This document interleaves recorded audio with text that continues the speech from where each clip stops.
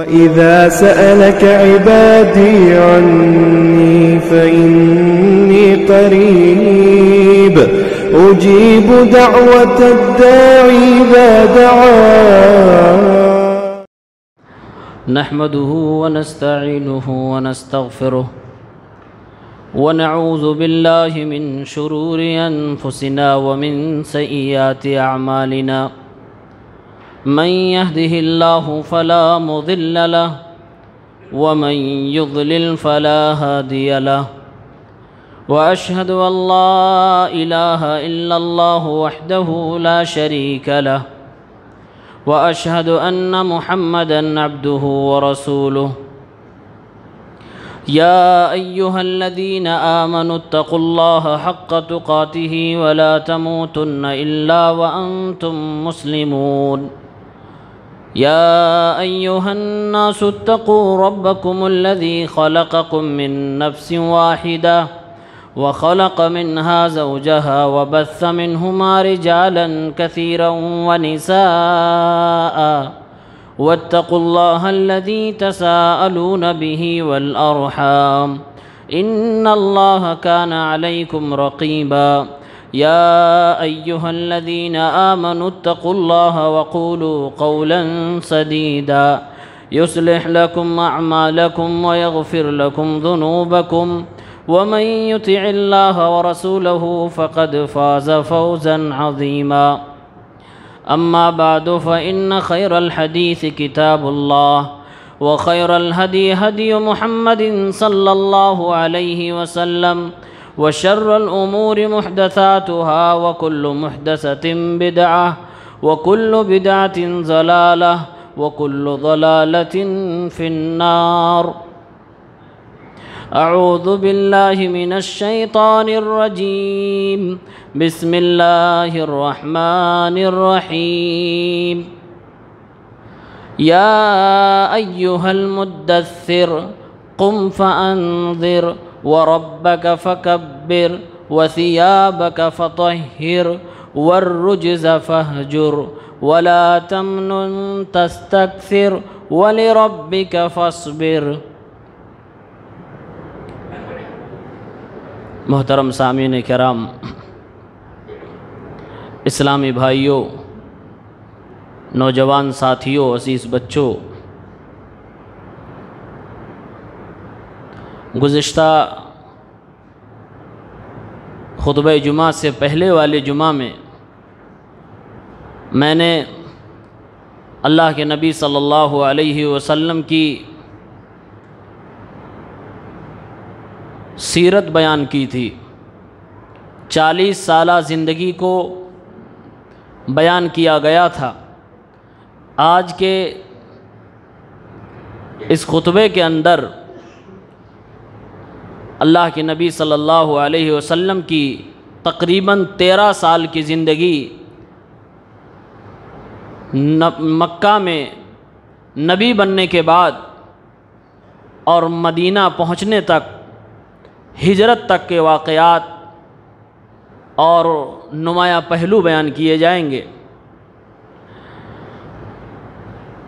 اللہ کے نبی صلی اللہ علیہ وسلم کی عمر جب 40 سال کی ہو گئی، آپ غار حرا میں اللہ کی عبادت میں مشغول رہنے لگے۔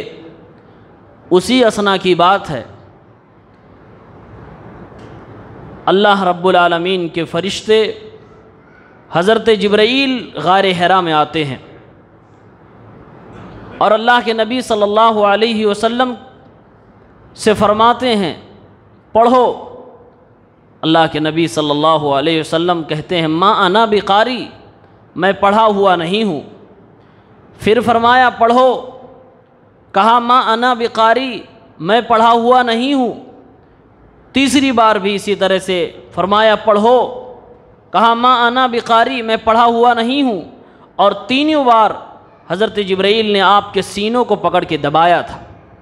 نبی پاک پر، اللہ کے رسول صلی اللہ علیہ وسلم پر ایک طرح سے ہیبت طاری ہو گئی، آپ ڈر گئے۔ پھر حضرت جبرائیل نے اللہ کا کلام سنایا، فرمایا پڑھو اقرأ بسم ربک الذی خلق خلق الانسان من علق اقرأ وربک الاکرم الذی علم بالقلم علم الانسان ما لم يعلم۔ اس غار کے اندر جبرائیل کہتے ہیں پڑھو اپنے اس رب کے نام سے جس نے پیدا کیا ہے، خون کے لوتھڑے سے انسان کو پیدا کیا ہے، جس نے قلم سے انسان کو سکھایا ہے، انسان کو ساری چیزیں سکھائی ہیں جو وہ نہیں جانتا تھا۔ پڑھو تمہارا رب بڑا کریم ہے۔ یہ 5 آیتیں اللہ کے نبی پر اترتی ہیں۔ آپ ذرا اندازہ کریں، ایک ایسا شخص جو کہہ رہا ہو مجھے پڑھنا نہیں آتا، اس کا سینہ دبایا جا رہا ہے اور پھر اس کو پڑھایا بھی جا رہا ہے۔ اللہ کے نبی وہاں سے اترے، غار حرا سے بھاگے بھاگے اپنے گھر کی طرف آئے۔ آپ پر ڈر سوار ہو گیا تھا۔ خدیجہ سے پہنچتے ہی کہنے لگے زملونی زملونی، مجھے کپڑا اڑھاؤ۔ حضرت خدیجہ اپنے نبی کو، اپنے پیغمبر کو، محمد صلی اللہ علیہ وسلم کو، اپنے شوہر کو اس حالت میں دیکھ کر گھبرا گئی۔ دریافت کیا ماحول کیا ہے، ماجرا کیا ہے۔ آپ نے فرمایا لقد خشیت علی نفسی، اے میری بیوی خدیجہ مجھے اپنے جان کی پرواہ لگ رہی ہے، میں اپنے اوپر ڈر رہا ہوں، مجھے ڈر ہے کہ میں مر نہ جاؤں۔ اتنا اللہ کے نبی ڈرے ہوئے تھے۔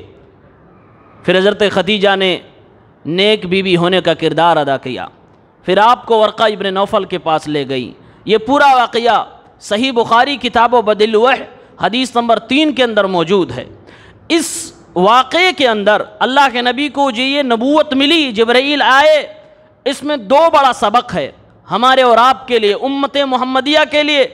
پہلا سبق یہ ہے کہ اس امت کے پیارے پیغمبر تاجدار مدینہ امام الانبیاء محمد عربی صلی اللہ علیہ وسلم کو اللہ رب العالمین نے جب وحی سے سرفراز فرمایا اور آپ پر قرآن مجید کی پہلی آیت اتاری، تو سب سے پہلی آیت اللہ نے جو اتاری اس کا تعلق پڑھائی لکھائی سے ہے، اس کا تعلق تعلیم و تعلم سے ہے، اس کا تعلق ایجوکیشن سسٹم سے ہے۔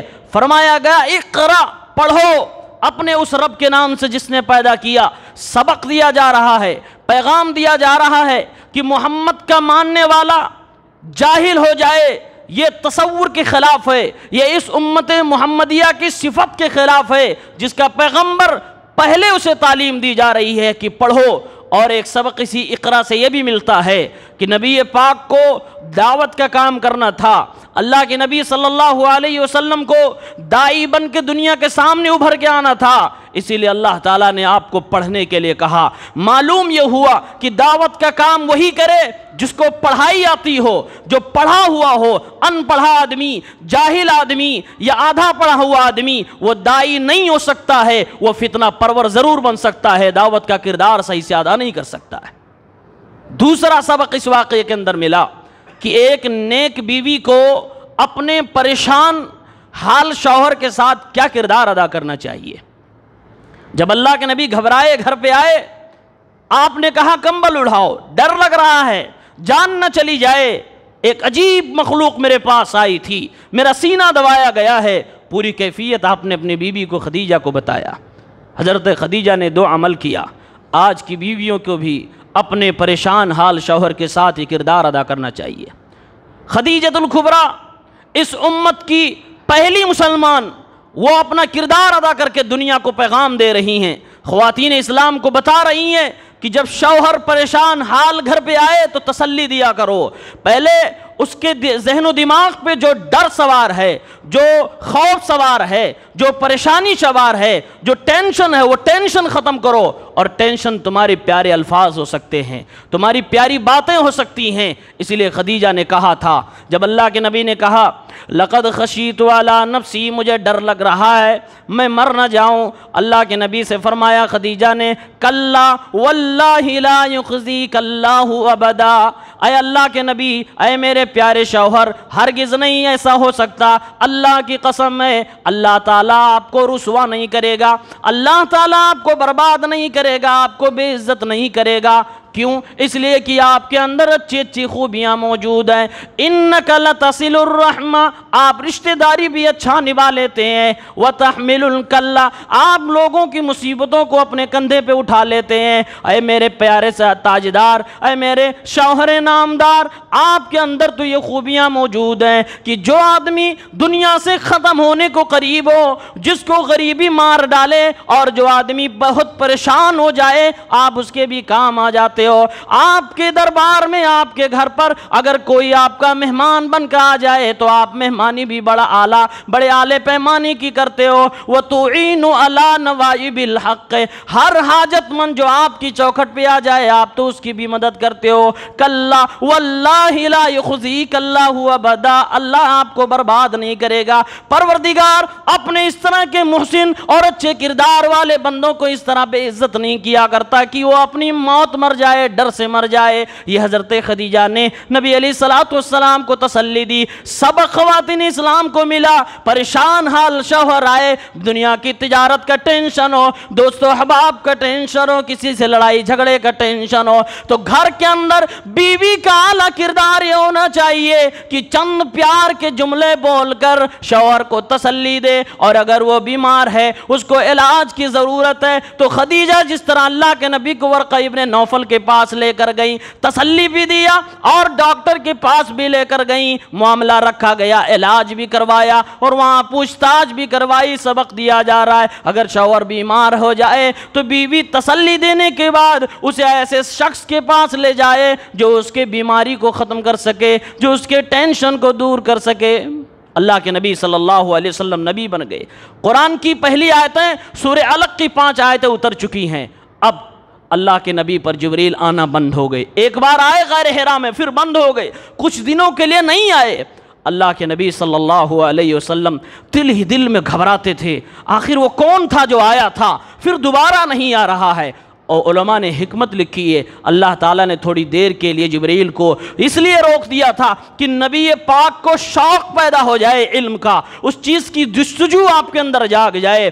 سبق دیا گیا، اگر آپ استاذ ہو تو پہلا لیسن پڑھا کر تھوڑا وقفہ لے لیا کرو، ایک ساتھ نہ اڈیل دیا کرو کہ بچہ اچاٹ ہو جائے، اس کو برا لگنے لگے۔ یہ پیغمبر، یہ جبرائیل کا طریقہ ہے نبی علیہ السلام کے پاس آنے کا۔ کچھ دنوں کے بعد اللہ کے نبی فرماتے ہیں، صحیح بخاری کتاب و بدء الوحی حدیث نمبر 4، نبی پاک فرماتے ہیں میں کھلے آسمان کے نیچے زمین پر چل رہا تھا، اچانک مجھے آسمان سے آواز آتی ہے، یا محمد انا جبرائیل، آسمان سے آواز آتی ہے، اے محمد میں جبرائیل ہوں اور آپ اللہ کے رسول ہو۔ اللہ کے نبی بار بار گھبراتے تھے کہ میرے پاس وہ شخص کیوں نہیں آ رہا ہے۔ آسمان سے آواز آئی، میں اللہ کا پیغمبر، میں اللہ کا فرشتہ جبرائیل ہوں، آپ اللہ کے پیغمبر ہو۔ اللہ کے نبی فرماتے ہیں میں نے اپنی نگاہ آسمان کی طرف اٹھائی، فَإِذَا الْمَلَكُ الَّذِي جَاءَنِي بِحِرَا جَالِسٌ عَلَى الْكُرْسِيِّ فِي السَّمَاءِ، میں نے دیکھا کہ وہی فرشتہ جو غار حرا میں میرے پاس آیا تھا وہ آسمان و زمین کے درمیان ایک کرسی پہ براجمان ہے، کرسی پہ بیٹھا ہوا ہے۔ جبرائیل علیہ السلام 600 پروں کے ساتھ آسمان اور زمین کے درمیان کرسی پر بیٹھے ہوئے، اتنے بڑے اتنے ضخیم اللہ کی مخلوق ہے۔ اندازہ کرو جب اللہ کی ایک مخلوق، فرشتوں میں سے ایک فرشتے کی حالت یہ ہے کہ بیٹھا ہے تو آسمان کا کنارہ چھپ گیا اس کے بیٹھنے کی وجہ سے، پھر ہمارا رب اللہ اکبر کتنا بڑا ہوگا اندازہ نہیں کر سکتے۔ نبی پاک فرماتے ہیں میں نے دیکھا، فَرُعِبْتُ مِنْهُ، پھر مجھے ڈر لگنے لگا، وہ ہیبت دیکھ کر میں ڈر گیا۔ اللہ کے نبی پھر اپنے گھر پہ آئے، پھر خدیجہ سے کہنے لگے زملونی، کمبل اڑھاؤ، چادر اڑھاؤ، پھر وہی ڈر، پھر آپ کے بدن میں کپ کپی۔ حضرت خدیجہ نے آپ صلی اللہ علیہ وسلم کو پھر چادر میں لپیٹ دیا، کمبل میں لپیٹ دیا۔ جبرائیل امین اللہ کے نبی صلی اللہ علیہ وسلم پر قرآن کی دوسری آیتیں اتارنے لگے، فرمانے لگے یا ایھا المدثر قم فانذر وربک فکبر وثیابک فطہر والرجز فہجر، اے چادر میں لپٹے ہوئے شخص، اے کمبل اوڑھنے والے شخص، اب تیرا کام کمبل اوڑھنے کا نہیں، تیرا کام چادر اوڑھنے کا نہیں، قم کھڑا ہو جا، فانذر دنیا کے لوگوں کو ایمان کی دعوت دے، اللہ کی طرف بلانا شروع کر دے، اگر نہ مانے تو ان کو اللہ سے ڈرا، وَرَبَّكَ فَكَبِّرْ اور اپنے رب ہی کی صرف بڑائی بیان کر، دنیا والوں کے سامنے اپنے اللہ کی توحید بیان کر، وَثِيَابَكَ فَطَهِّرْ اور اے کمبل کے اوڑھنے والے اپنے کپڑے کو بھی پاک رکھا کر، جس طرح سے تیرا دل پاک ہے، جس طرح سے تیری نیت پاک ہو، اعمال پاک ہو، ایسے کپڑے بھی تیرے پاک ہونے چاہیے، وَالرُّجْزَ فَاهْجُرْ اور بتوں کو، گندگی کو اپنی زندگی سے نکال دے، چھوڑ دے، شرک سے خود کو دور کر، بتوں کی دنیا سے خود کو دور کر اور اٹھ، تیرا کام اب سونے کا نہیں، چادر اوڑھنے کا نہیں ہے۔ اللہ کے نبی صلی اللہ علیہ وسلم کے اوپر یہ آیتیں اترتی ہیں، اللہ کے نبی دعوت کا کام شروع کر دیتے ہیں۔ 3 سال تک آپ نے سری دعوت دی، اعلانیہ نہیں، چپکے چپکے لوگوں کو دعوت دینا شروع کیا۔ آپ کی بیوی خدیجہ آپ پر ایمان لے آئیں، ابو بکر صدیق آپ پر ایمان لے آئے، اور آپ ہی کے گھر میں آپ کی کفالت میں حضرت علی پلتے تھے، حضرت علی بھی آپ پر ایمان لے آئے۔ آپ کو ایک غلام حضرت خدیجہ نے تحفے میں دیا تھا، زید بن حارثہ، وہ بھی ایمان لے آئے۔ کچھ ہی دنوں کے اندر 40-50 لوگ ایمان لے آئے۔ کیوں؟ اس لیے کہ جب ابو بکر ایمان قبول کر لیے، انہوں نے بھی دعوت کا کام شروع کر دیا، محنت کرنا شروع کر دیا، انہی کے ہاتھ پر کئی لوگ اسلام لائے۔ حضرت عثمان ابن عفان خود حضرت ابو بکر کی محنت سے اسلام لائے تھے۔ 3 سال اس طرح سے گزر گیا، لوگوں کو اکیلے میں مل کے سمجھانا، ابو بکر کہیں سمجھا رہے ہیں، کہیں نبی علیہ السلام سمجھا رہے ہیں۔ 3 سال گزر گیا، سورۃ الشعراء آیت نمبر 214 پھر اللہ رب العالمین اتارتا ہے، بیچ میں قرآن اترتا رہا، پھر اللہ اگلا حکم دیتا ہے، وَأَنذِرْ عَشِيرَتَكَ الْأَقْرَبِينَ اے نبی اب آپ اپنے گھر سے باہر نکلیں، اب آپ اپنی دعوت کو اعلانیہ فرمائیں، اپنے قریبی رشتہ داروں کو پہلے ڈرائیں۔ اللہ کے نبی پر قرآن کی آیت نازل ہوتی ہے، صحیح بخاری کتاب التفسیر 4770 نمبر میں اس آیت کی تفسیر لکھی ہوئی ہے۔ اللہ کے نبی صفا پہاڑی پر کھڑے ہو گئے، چڑھ گئے، مروہ، صفا مروہ جہاں ہم لوگ صحیح بین صفا والمروہ کرتے، اسی پہاڑ پر نبی علیہ السلام کھڑے ہو گئے اور آواز لگانے لگے، یا بنی فہرن، یا بنی عدی۔ قریش کے قبیلوں کو اللہ کے نبی نام لے لے کر بلانے لگے، سارے لوگ جمنے لگے، ایک بھیڑ جمع ہو گئی۔ جو آدمی خود نہ آ سکا اپنے نوکروں چاکروں کو بھیج دیا، اپنے کسی آدمی کو بھیج دیا، جاؤ دیکھو محمد کس لیے بلا رہا ہے۔ سارے مجمع اکٹھا ہو گیا۔ پھر اللہ کے نبی نے پہلے ان لوگوں سے اپنا اعتبار جیتا۔ اللہ کے نبی نے فرمایا، لو اخبرتکم، اگر میں تم لوگوں کو ایک خبر دوں کہ میرے پیچھے، پہاڑ کے اس پیچھے ایک فوج ہے جو تم پر حملہ آور ہونے والی ہے، اکنتم مصدقیہ، کیا تم میری بات مانو گے؟ کیا تم لوگ میری تصدیق کرو گے؟ لوگوں کے لیے نبی کے پیچھے، پہاڑ کے پیچھے جو اللہ کے نبی بات کر رہے تھے، یہ سامنے والے لوگوں کے لیے غیب کی چیز تھی۔ اللہ کے نبی یہ آزما رہے ہیں کہ اگر میں غیب کی بات بتاؤں تو کیا تم لوگ اس کو مانو گے؟ لوگوں کا جواب سنو، ما جربنا علیک الا صدقا، اے میرے بھتیجے، اے میرے قوم کے رہے نوجوان، اے محمد، ہم نے پوری زندگی تجھ کو سچائی پایا، کیوں نہیں تیری بات مانیں گے؟ لوگوں سے اللہ کے نبی نے یقین دلوا لیا، پھر فرمایا فَإِنِّي نَذِيرٌ لَكُمْ بَيْنَ يَدَيْ عَذَابٍ شَدِيدٍ، تو میں سنو، میں تم لوگوں کو ڈرانے کے لیے رسول بنا کر بھیجا گیا ہوں، ایک سخت عذاب سے بچانے کے لیے تمہارے پاس بھیجا گیا ہوں۔ اللہ کے نبی نے غیب کی خبر سنا دی، سارا مجمع بکھرنے لگا، خود کا چچا ابو لہب کہنے لگا، تبا لک یا محمد سائر اليوم الہذا جمعت جئتنا، اے محمد تیرے ہاتھ خاک آلود ہوں، کیا تم نے ہمیں اسی لیے جمع کیا تھا؟ اللہ کے نبی صلی اللہ علیہ وسلم کے جواب میں قرآن کی آیتیں نازل ہو گئی، تبت یدا ابی لہب وتب، اے میرے محبوب کو بددعا دینے والے سن میری بددعا تیرے لیے، ابو لہب کا ہاتھ خاک آلود ہو۔ اور اس کے لیے اللہ رب العالمین نے جہنم کی بھی اس کے بارے میں خبر دے دی کہ اس کا نتیجہ جہنم ہوگا، یہ جہنم میں جانے والا ہوگا۔ پھر قرآن پاک کی سورہ ہجر آیت نمبر 94 اترتی ہے، فَاصْدَعْ بِمَا تُؤْمَرُ وَأَعْرِضْ عَنِ الْمُشْرِكِينَ، اے میرے پیارے پیغمبر محمد صلی اللہ علیہ وسلم، آپ کو جو بھی کہا جا رہا ہے، آپ کے اوپر جو بھی قرآن کی آیتیں اتاری جا رہی ہیں، کھول کھول کر لوگوں سے بیان کر دیجئے، ہاں کسی سے بھیڑیے گا نہیں، مشرکوں سے اعراض کر دیے گیا، مشرکوں سے اعراض کیجئے گا اور دعوت کے کام جاری رکھیے گا۔ اب جب نبی نے لوگوں کو اعلانیہ بلانا شروع کیا، سارا زمانہ نبی کا دشمن ہو گیا، خود کا خاندان نبی کا جانی دشمن ہو گیا۔ دعوت کو روکنے کے لیے وہ ہیلے وہ اسلوب اپنائے گئے کہ شاید رہتی دنیا تک وہ اسلوب نہ اپنائے جائیں۔ دنیا کفر کو اسلام کی دعوت سے سب سے زیادہ چڑ ہے، اور یہ شروع سے لے کر تھا قیامت تک رہے گا۔ اگر دعوت کے کام روک دیا جائے یہ خوش ہو جاتے ہیں۔ یہ لوگ پہلے ابو طالب کے پاس آتے ہیں۔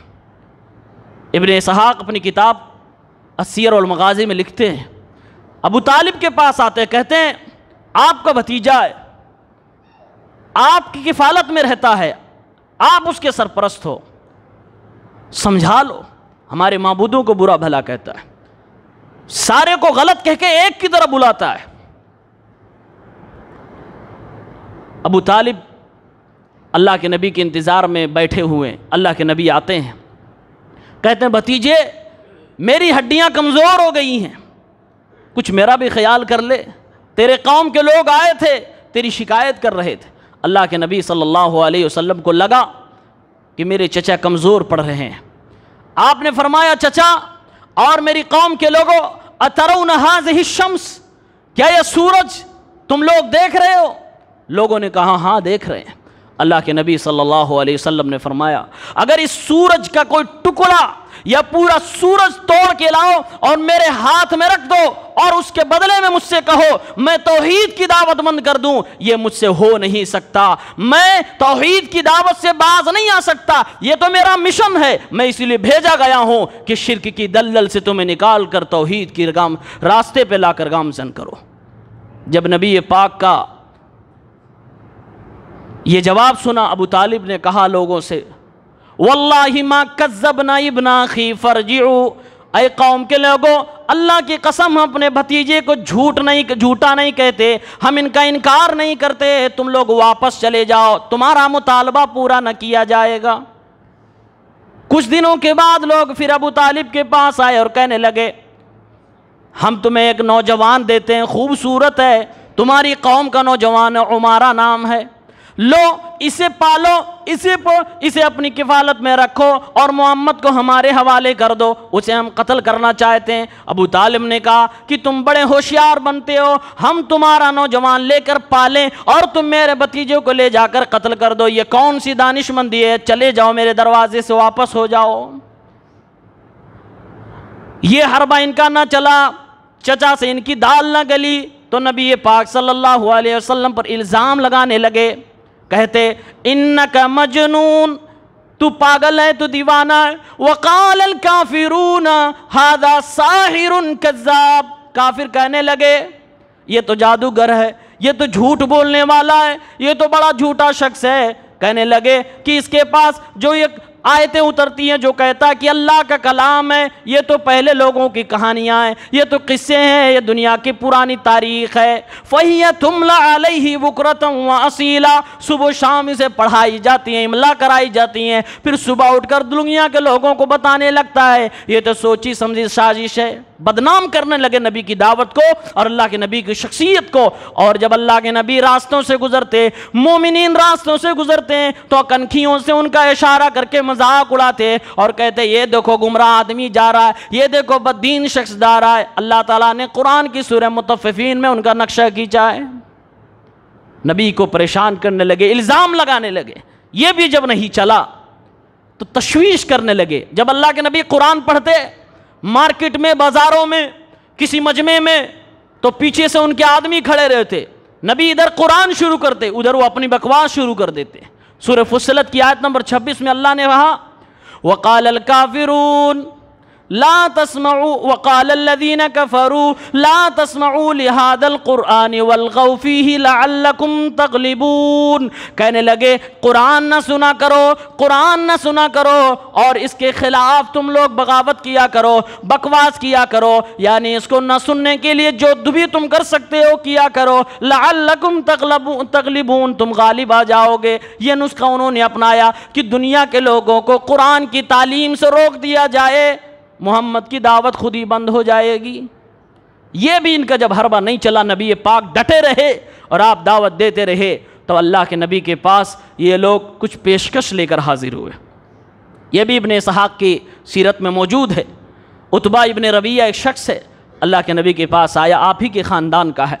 کہنے لگا محمد تم ہمارے درمیان بڑے زمانے سے رہتے رہے ہو، ہم تمہیں اچھے سے جانتے ہیں، تم بڑے اچھے تھے، تم اچانک بدل گئے. تعریفیں کی نبی علیہ السلام کی. پھر کہنے لگا یہ جو تم نے کام شروع کیا ہے اس سے تم پیچھے آ جاؤ، اس سے تم پیچھے ہٹ جاؤ. یہ ہمارے معبودوں کو برا بھلا کہنا چھوڑ دو، یعنی توحید کی دعوت بند کر دو. بدلے میں اگر تم مال چاہتے ہو بتاؤ، سارے مکے کے لوگوں سے مال مانگ کر تمہیں دے دیا جائے گا. اتنا دیا جائے گا کہ سارے مکے میں سب سے زیادہ مالدار اگر کوئی ہوگا تو محمد ہوگا. اور اے محمد اگر تمہیں عزت چاہیے تو بتاؤ، ہم تمہیں اپنا سردار بنا لیں گے. تمہارے فیصلے کے بغیر کوئی میٹنگ ختم نہ ہوگی، تمہاری آواز کے بغیر کوئی میٹنگ نہ رکھی جائے گی. اے محمد اگر تمہیں حکومت بھی چاہیے تو بتاؤ، تمہیں مکے کا سردار بنا دیا جائے گا، تمہیں لوگوں کا سردار بنا دیا جائے گا، تمہاری چلے گی مکے کی گلیوں میں، تمہیں سردار مان لیا جائے گا. اور اے محمد اگر تمہیں لڑکی کی حاجت ہے، شادی کی ضرورت ہے، مکے کی خوبصورت لڑکیوں کے اوپر نظر ڈالو، ایک نہیں 10 عورتوں سے تمہاری شادی کروائیں گے. وہ تمام کی تمام حسینہ ہوں گی، تمام کی تمام خوبصورت ہوں گی، تمہاری یہ بھی ضرورت پوری کر دی جائے گی. اور اے محمد ان سب کے باوجود اگر یہ تم جو کہتے ہو کہ میرے پاس اللہ کا فرشتہ آتا ہے، میرے پاس اللہ کی وحی آتی ہے، اگر یہ تمہارے پاس کوئی بیماری ہے، کوئی ایسی بھی بیماری ہے تو بتاؤ، ہم تمہارا علاج بھی کروا دیں گے اور تمہارے علاج میں جو بھی خرچ ہوگا سب کچھ ہم اپنے پاس سے لگائیں گے. یہ پیشکش رکھی. اللہ کے نبی سورہ فصلت قرآن کی آیت پڑھنے لگے. قرآن کی آیت اللہ کے نبی نے 10-12 آیتیں پڑھی، وہ پیچھے ٹیک لگا کر سنتا رہا، اٹھ کے چلا گیا. پیارے نبی نے قرآن سے اس کا جواب دے دیا کہ کچھ بھی ہو جائے، دنیا کی کوئی بھی لالچ مجھے دے دو، کامیاب ہونے والی نہیں. میں اللہ کا رسول ہوں، میرا مشن اللہ کا پیغام تم تک پہنچانا ہے. مجھے روک نہیں سکتے، مجھے منع نہیں کر سکتے، اور دنیا سے نبی کو خریدا نہیں جا سکتا.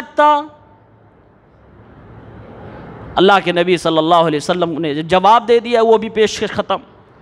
پھر انہوں نے اگلا حربہ اپنایا روکنے کے لیے. اللہ کے نبی خانہ کعبہ کا طواف کر رہے ہیں، مشرکین بھی ہیں. ایک خاندان کا سردار ہے، کہنے لگا محمد تم اپنے اللہ کی عبادت کرتے ہو، ہم اپنے معبودوں کی عبادت کرتے ہیں، آؤ کیوں نہ سمجھوتا کر لیں، تھوڑے ہمارے والے کی تم پوج لو اور تھوڑا ہم تمہارے والے کو پوج لیتے ہیں. ہم حق ہوئے تو تم کو فائدہ، تم حق ہوئے تو ہم کو فائدہ ہو جائے گا. قرآن میں اللہ نے سورہ قلم کی آیت نمبر 9 میں اسی بات کو فرمایا وَدُّوا لَوْ تُدْهِنُوا فَيُدْهِنُونَ. اے نبی وہ چاہتے ہیں کہ آپ تھوڑا سا نرم ہو جائیں، پھر وہ مداہنت کرنے لگیں گے. وہ تو شرک کی دلدل میں پھنسے ہیں، جہاں وہ سینکڑوں کی پوجا کر رہے ہیں، کو اور بڑھا لیں گے ان کو کیا فرق پڑنے والا، لیکن آپ کی توحید میں تو فرق آ جائے گا، آپ کی توحید کی عمارت تو ڈھہ جائے گی جس دن آپ نے ایک اللہ واحد کو چھوڑ کر کسی اور کے سامنے اپنی عبادت کو رکھ دیا۔ پھر قرآن کی سورہ کافرون نازل ہو گئی، اے نبی ان کو جواب دو، قُلْ يَا أَيُّهَا الْكَافِرُونَ لَا أَعْبُدُ مَا تَعْبُدُونَ، اے کافرو ہم جس کی میں عبادت کرتا ہوں اس کی تم عبادت نہیں کرو گے، اور جس کی تم عبادت کرتے ہو لا أعبد میں اس کی ہرگز عبادت نہیں کر سکتا۔ یہ پوری قرآن کی آیت، پوری سورت اتار دی گئی، لَكُمْ دِينُكُمْ وَلِيَ دِين، تمہیں تمہارا دین مبارک ہو، ہمیں ہمارا دین مبارک ہے، ہم توحید سے کبھی کمپرومائز نہیں کریں گے۔ جب یہ بھی ان لوگوں کی ناکام ہو گئی کوشش، اب اللہ کے نبی صلی اللہ علیہ وسلم کو یہ لوگ جسمانی تکلیف دینے لگے۔ صحیح مسلم کتاب و صفت القیامہ 2797 نمبر کی روایت ہے، اللہ کے نبی خانہ کعبہ کی صحن میں نماز پڑھ رہے ہیں، اللہ کے نبی خانہ کعبہ کی صحن میں نماز پڑھ رہے ہیں، ابھی نبی بنے آپ کو 3-4 سال ہی گزرے تھے، خانہ کعبہ کی صحن میں اللہ کے نبی نماز پڑھ رہے ہیں، ابو جہل اپنے حواریوں مواریوں کے ساتھ ادھر قریب میں بیٹھا ہوا ہے، کہتا ہے کہ یہ محمد اگر سجدے میں جائے گا تو میں اس کے سر کو اپنے پیروں سے روت دوں گا، میں اس کی گردن پہ اپنا پیر رکھ دوں گا۔ اللہ کے نبی سجدے میں جاتے ہیں، ابو جہل بڑھتا ہے، اللہ کے نبی کے گردن پہ اپنے پیر رکھنے کے لیے اللہ تعالیٰ نے اپنے نبی کی حفاظت کے لیے فرشتے کو اتار دیا۔ ابو جہل کو نظر آنے لگا ایک آگ کا گڑھا دکھنے لگا، اور ابو جہل کو خطرناک چیزیں نظر آنے لگی، وہ وہیں سے اپنے ہاتھ سے دفاع کرتے ہوئے اپنی حفاظت کرتے ہوئے پیچھے ہٹنے لگا۔ لوگوں نے پوچھا، ابو جہل تم تو بڑے جوش میں اٹھے تھے کہ محمد کی گردن ہم اپنے پیروں سے روت دے ڈالیں گے، کیوں واپس ہو گئے؟ کہنے لگا میں اس کے قریب گیا تو مجھے ایک آگ کا بڑا خطرناک گڑھا نظر آیا، میں اگر آگے بڑھتا تو مجھے وہ کاٹ کھا جاتے، میں اس میں گر جاتا، میں برباد ہو جاتا۔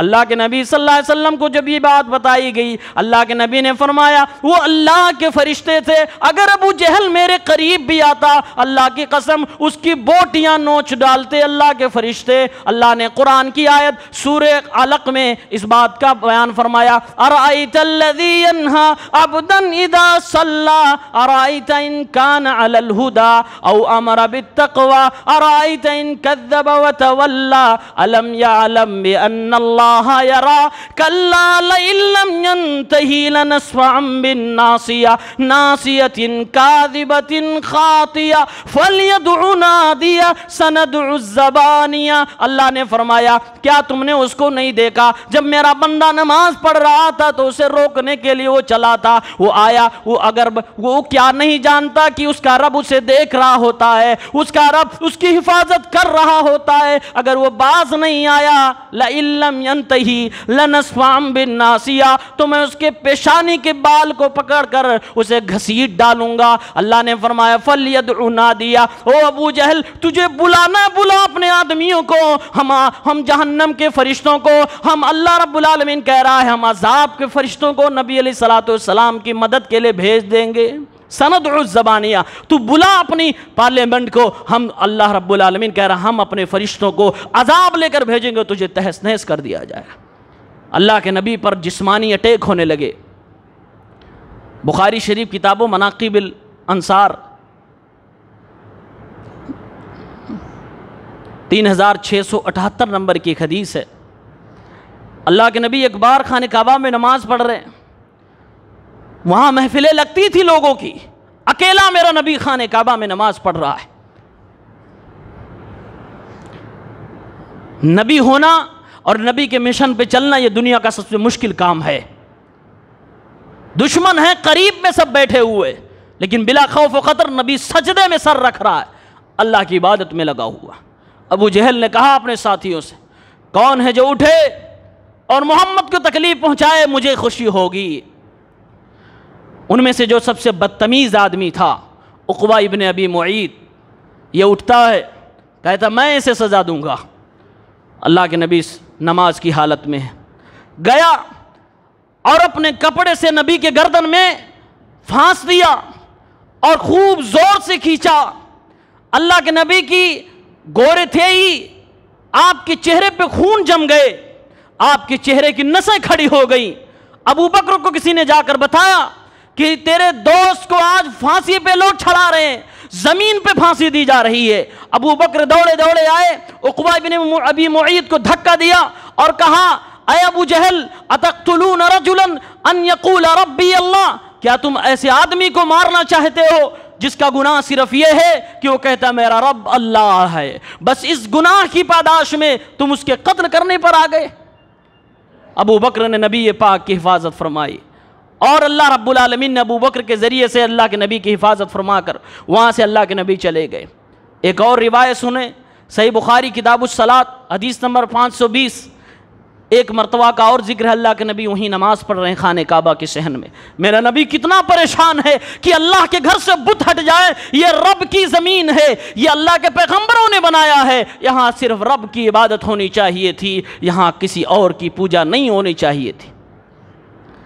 آپ سجدے میں ہیں، عبادت کر رہے ہیں، پھر دشمنوں نے کہا آج چلو محمد کو اور طرح سے پریشان کیا جائے۔ ابو جہل نے کہا کون ہے؟ ابھی کل شام ہماری بستی میں فلاں قبیلے والوں نے اونٹ ذبح کیا تھا، پکوان بنے تھے۔ اونٹ کی گندگیاں تو ہوں گی نا تمہارے گھروں کے پاس، اوجھڑیاں ہوں گی نا، اس کے گوبر تو ہوں گے نا، لاؤ اٹھا کے۔ کون ہے جو آج محمد جب سجدے میں جائے اس کی گردن پہ ڈالے گا؟ پھر وہی بدبخت کھڑا ہوا عقبہ ابن ابی معیط، لایا، انتظار میں تھا کہ میرے نبی سجدے میں جائے۔ اللہ کے نبی سجدے میں جاتے ہیں، آپ سجدے میں اپنا سر رکھتے ہیں۔ وہ دشمن اسلام، نبی پاک کا جانی دشمن، وہ اونٹ کی گندگیاں، گوبر، اوجھڑیاں، اس کی بچے دانی لا کے نبی کی گردن پہ ڈال دیتا ہے۔ میرا نبی سجدے میں پڑا ہے، سر آپ نہیں اٹھا رہے ہیں، آپ برابر سجدے میں پڑے ہیں۔ ایک عورت نے یہ منظر دیکھ لیا اور جا کے آپ کے گھر میں، اللہ کے نبی کا جو گھر تھا، آپ کے گھر میں آپ کے گھر والوں کو بتایا، خدیجہ کو بتایا، آپ کی چھوٹی بیٹی فاطمہ الزہرا کو بتایا۔ فاطمہ نے جب سنا کہ میرے باپ کے ساتھ خانہ کعبہ کی صحن میں اس طرح بدتمیزی کی گئی، فاطمہ الزہرا دوڑی دوڑی آتی ہیں، زیادہ عمر وہ اس وقت فاطمہ الزہرا کی نہیں تھی، لیکن آتی ہیں ہمت کر کے، دشمنوں کو لان تان کرتی ہیں، اے لوگوں میرے بابا نے کبھی کسی کو گالی نہیں دی تھی، انہیں مارنے کا کیا وجہ بن سکتی ہے؟ کیا یہ گناہ ہے کہ وہ ایک اللہ کی دعوت دیتا ہے؟ حضرت فاطمہ اللہ کے نبی کے گردن سے وہ گندگی ہٹاتی ہیں اور روتی جاتی ہیں، اللہ کے نبی سر اٹھاتے ہیں۔ آپ صلی اللہ علیہ وسلم کی حالت یہ ہو گئی، آپ نے آسمان کی طرف نگاہ اٹھائی اور ہاتھ اٹھا کے دعا کیا، اللہم علیک بقریش، اللہم علیک بقریش، اللہم علیک بقریش۔ اے اللہ اس قریش کے لوگوں سے، اے اللہ ان بدتمیز لوگوں سے جو اپنے نبی کی اس طرح بدتمیزی کرتے ہیں، اپنے نبی کے ساتھ اتنا گھناؤنا مذاق کرتے ہیں، اے اللہ تو ان سے کافی ہو جا، اے اللہ تو ان سے تو نپٹ لے، محمد ان سے نہیں نپٹ سکتا۔ اللہ کے نبی نے دعا فرمائی، اے اللہ اللہم علیک بی جہل، اے اللہ ابو جہل سے تو نپٹ، اے اللہ عتبہ بن ربیعہ سے تو نپٹ، اے اللہ شیبہ بن ربیعہ سے تو نپٹ، اے اللہ ولید ابن عتبہ سے تو نپٹ، اے اللہ امیہ ابن خلف سے تو نپٹ لے، اے اللہ عقبہ ابن ابی معیط سے جس نے میری گردن پہ یہ گندگی ڈالی ہے تو حملہ کر لے۔ اللہ کے نبی نے دعا کی اور وہاں سے آپ واپس چلے گئے۔ یہ مسلمانوں کی کمزوری کا وقت تھا، چنانچہ صحابی بیان کرتے ہیں جن جن لوگوں کا نام لے کر میرے نبی نے اس درد کے عالم میں بد دعا کی تھی، جب میدان بدر ہوتی ہے سارے لوگوں کی لاشیں زمین پہ پڑی ہوتی ہیں، نبی پاک فرماتے ہیں ان کو دھکے دے کر گڑے میں ڈال دیا جائے، قلیب بدر میں ڈال دیا گیا۔ نبی نے فرمایا یہ تو گئے، یہ تو مرے ہی، ساتھ میں یہ لعنت بھی لے کر گئے ہیں۔ میرے بھائیوں، نبی پاک کی اس دعوت کو روکنے کے لیے لوگوں نے بہت قربانیاں دی ہیں، لوگوں نے، صحابہ کرام نے بڑی قربانیاں دی ہیں۔ اللہ کے نبی صلی اللہ علیہ وسلم کی اس دعوت کو روکنے کے لیے مشرکین نے بڑی کوششیں کی، بڑے اسلوب اپنائے کہ کسی طرح سے یہ دعوت روک دی جائے۔ جب اللہ کے نبی اس قوم کے سردار تھے، اللہ کے نبی عزت دار گھرانے سے تھے، آپ کے پیٹھ پہ ابو طالب کی ہاتھ تھا، آپ کا خاندان خانہ کعبہ کا متولی تھا، اس کے باوجود نبی کی حالت ہے کہ آپ کی گردن پہ اوجھڑی ڈال دی جائے، آپ کے گلے میں پھانسی کا پھندا ڈال دیا جائے، آپ کے اوپر کوڑے ڈالے جائیں گے، تو آپ ذرا سوچئے وہ بیچارے غریب صحابہ جن کا کوئی زیادہ سپورٹ نہیں تھا، ان لوگوں کا کیا حال ہوا ہوگا۔ ہم تو قسمت پہ اے بلال تیری قسمت پہ مجھے رشک ہے، اے بلال تیری قسمت پہ مجھے رشک ہے کہ بلال ایک غلام ہے، لیکن توحید کی نعمت جب سینے میں آ جاتی ہے، وہ بلال بیچارے بلال، وہ بلال رضی اللہ تعالیٰ عنہ کہتے ہیں اللہ احد اللہ احد، اللہ ایک ہے دنیا کچھ بھی کر لے بلال پلٹنے والا نہیں۔ بلال کا جو مالک تھا امیہ ابن خلف، اس نے بلال کے گلے میں اور ان کے ہاتھ میں رسی ڈال دیے، پھانسی ڈال دیے، پھندے ڈال دیے، اور مکے کی اوباشوں کو چند نوجوانوں کے ہاتھ میں وہ رسی تھما دی۔ بلال کو مکے کی گلیوں میں لوگ وہ نوجوان لے کر جانوروں کی طرح گھسیٹتے تھے،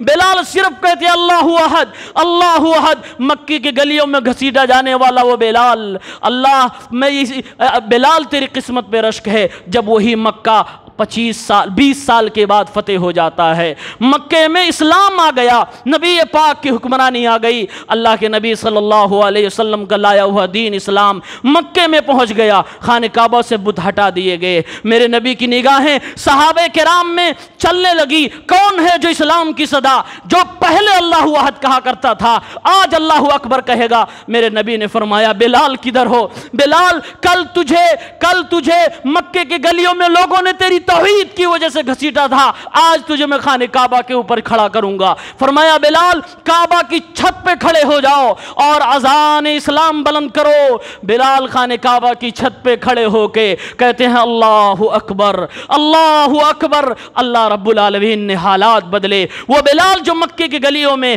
اللہ احد کہا کرتا تھا، آج اسے یہ نصیب ہوا، یہ موقع ملا کہ خانہ کعبہ کی چھت پہ کھڑے ہو کے وہ اذان دے رہا تھا۔ آل یاسر کو دیکھ لو، سمیہ جو اسلام کی پہلی خاتون ہے جن کو اسلام کے لیے شہادت ملی، اسلام کے لیے وہ شہید ہوئیں، ابو جہل نے ان کے جسم کے 2 ٹکڑے کر دیے، شرمگاہ میں ہتھیار مارا اور بدن کو 2 ٹکڑوں میں بانٹ کر ایک اونٹ ادھر اس پیر میں باندھا اور ایک اونٹ اس پیر میں باندھا، بدن کے 2 ٹکڑے کروا دیے۔ میرے نبی کی نگاہ جب پڑتی ہے کہ آل یاسر مصیبت میں ہیں، آپ نے فرمایا اسبروا آل یاسر فإن موعدکم الجنہ، صبر کرو تمہارا ٹھکانہ جنت میں ہے۔ لوگوں نے بڑی مصیبتیں سہی ہیں اس توحید کے لیے، نبی علیہ السلام کی اس دعوت کے لیے۔ اس وقت بڑے اختلافی والی باتیں نہیں تھیں، اس وقت بس یہی مسئلہ بڑا تھا کہ کون اللہ کی صرف عبادت کرے گا اور کون اللہ کے ساتھ دوسروں کی بھی عبادت کرے گا۔ جو صرف اللہ کی عبادت کرنے والے تھے وہ یہ مصیبتیں سہ رہے تھے، یہ نبی کی دعوت تھی، یہ نبی کی دعوت تھی۔ کچھ سال گزر گئے، ہجرہ حبشہ اولا آ گیا، اللہ کے نبی نے اپنے ساتھیوں سے کہا مکے کے لوگوں نے بہت کر ڈالا، اب مکہ چھوڑ کر میرے ساتھی لوگ آپ چلے جاؤ، حبشہ چلے جاؤ، وہاں جاؤ، ایک بادشاہ ہے جو لوگوں کے اوپر ظلم نہیں کرتا۔ وہاں کچھ لوگ گئے، 12 لوگ قریباً اور 4 عورتیں وہاں ہجرت کر کے گئے۔ وہاں اللہ کے نبی کے داماد عثمان ابن عفان بھی گئے، جن کے ساتھ اللہ کے نبی کی بیٹی رقیہ رضی اللہ تعالیٰ عنہا بھی تھی، وہ ہجرت کر کے گئے۔ کچھ دنوں کے بعد ہجرت حبشہ ثانیہ بھی ہوا، اس کے اندر تقریباً 80 یا اس سے کچھ زائد لوگ اور 19 عورتیں تھیں، یہ لوگ بھی وہاں حبشہ کی طرف ہجرت کر کے چلے گئے۔ مکے والوں کو پتہ چلا، ان لوگوں نے اپنے 2 آدمیوں کو بھیجا بادشاہ کے پاس کہ جاؤ جو لوگ بھاگ کر یہاں سے گئے ہیں انہیں پکڑ کے لاؤ، اور بادشاہ سے ریکویسٹ کی کہ ان لوگوں کو ہمارے پاس مکے میں بھیج دو۔ جا کے ان لوگوں نے بڑی زیادتیاں کی تھی، جا کے ان لوگوں نے کہا تھا تحفے لے کر گئے مکہ سے، اور وہاں کے وزیروں کو پہلے خریدا اور وزیروں کو خرید کر کہا جب بادشاہ کے سامنے ہم باتیں رکھیں گے تو تم ہماری طرفداری کرنا اور کہنا کہ ہاں ان لوگوں کو، محمد کے ماننے والوں کو مکہ واپس کر دیا جائے۔ چنانچہ عمرو بن العاص، عبداللہ بن ربیعہ، یہ مکے کے قریش کے لوگوں کی طرف سے وفد بن کر گئے تھے، اور بادشاہ سے کہا، نجاشی سے کہا کہ اے بادشاہ، یہ جو لوگ آپ کے پاس آئے ہیں یہ نہ تو آپ کے دین پر ہیں نہ ہمارے دین پر ہیں، یہ لوگ بد دین ہو گئے ہیں، یہ بے وقوف لوگ ہیں، ان کو چھوڑ دو، یہ ہمارے ہی خاندان کے سب ہیں، ان کو ہم لینے کے لیے آئے ہیں، یہ پاگل لوگ ہیں۔ نجاشی نے کہا نہیں، ہم ایسے نہیں بھیجیں گے، ہمارے پاس جو لوگ آئے ہیں ان کو ہم بولنے کا موقع دیں گے، ان سے بھی پوچھیں گے۔ اسلام کے پہلے خطیب، ترجمان اسلام، خانواد رسول سے جعفر ابن ابی طالب رضی اللہ تعالیٰ عنہ وہاں پیش کیے گئے۔ آپ نے جواب دیا، کہا اے بادشاہ سلامت، ہم لوگ حرام کھاتے تھے، ہم مردہ جانور بھی کھا جاتے تھے، ہمارے معاشرے میں زنا عام تھا، ہم ایک اللہ کو چھوڑ کر نہ جانے کتنے معبودوں کی عبادت کیا کرتے تھے، ہم رشتہ داری نبھانا نہیں جانتے تھے، ہم پڑوسیوں کو ستاتے تھے، اور محمد آیا انہی سب برائیوں سے روک کر ہمیں انہی سب برائیوں سے نکال کر نور کی طرف لے آیا، روشنی کی طرف لے آیا، تو کیا یہ ہمارا گناہ ہے؟ بادشاہ کو جب یہ ساری باتیں کہی گئیں، بادشاہ کے سامنے حضرت جعفر نے سورہ مریم پڑھ کر سنائی، اور وہ بادشاہ اتنا رویا کہ اس کی آنکھ سے آنسو نکلنے والے جو تھے اس سے اس کی داڑھی بھی بھیگ گئے۔ جار و قطار جو آس پاس میں وزیر تھے وہ وزیر لوگ بھی رو کر وہاں پر آنسو بھیگ گئے۔ میرے بھائیوں، یہ ہجرت حبشہ ثانیہ تھی۔ پھر اس کے بعد لوگوں نے محمد صلی اللہ علیہ وسلم کو ستانا شروع کیا اور کہا ان کا سوشل بائیکاٹ کیا جائے۔ شیب ابی طالب جسے کہا جاتا ہے، اللہ کے نبی کی نبوت کے بعد 7ویں سال ان لوگوں نے نبی کا پورا خاندان، بنو ہاشم اور بنو المطلب، سوائے ابو لہب کے گھرانے کے پورے خاندان کو، جس میں مسلم بھی تھے اور کافر بھی تھے، لیکن نبی کے خاندان کی وجہ سے وہ نبی کے سپورٹ میں آ گئے تھے، تو سب کو سوشل بائیکاٹ کر دیا۔ اور ان لوگوں نے ایک چارٹ تیار کیا جس میں لکھا گیا کہ اس قبیلے سے نہ کوئی چیز کھانے پینے کی خریدی جائے گی، نہ انہیں دیا جائے گا، نہ ان سے شادی بیاہ کیا جائے، نہ ان سے بات کیا جائے، پورا مکمل سوشل بائیکاٹ کر دیا گیا۔ شیب ابی طالب کے اندر میرے پیغمبر صلی اللہ علیہ وسلم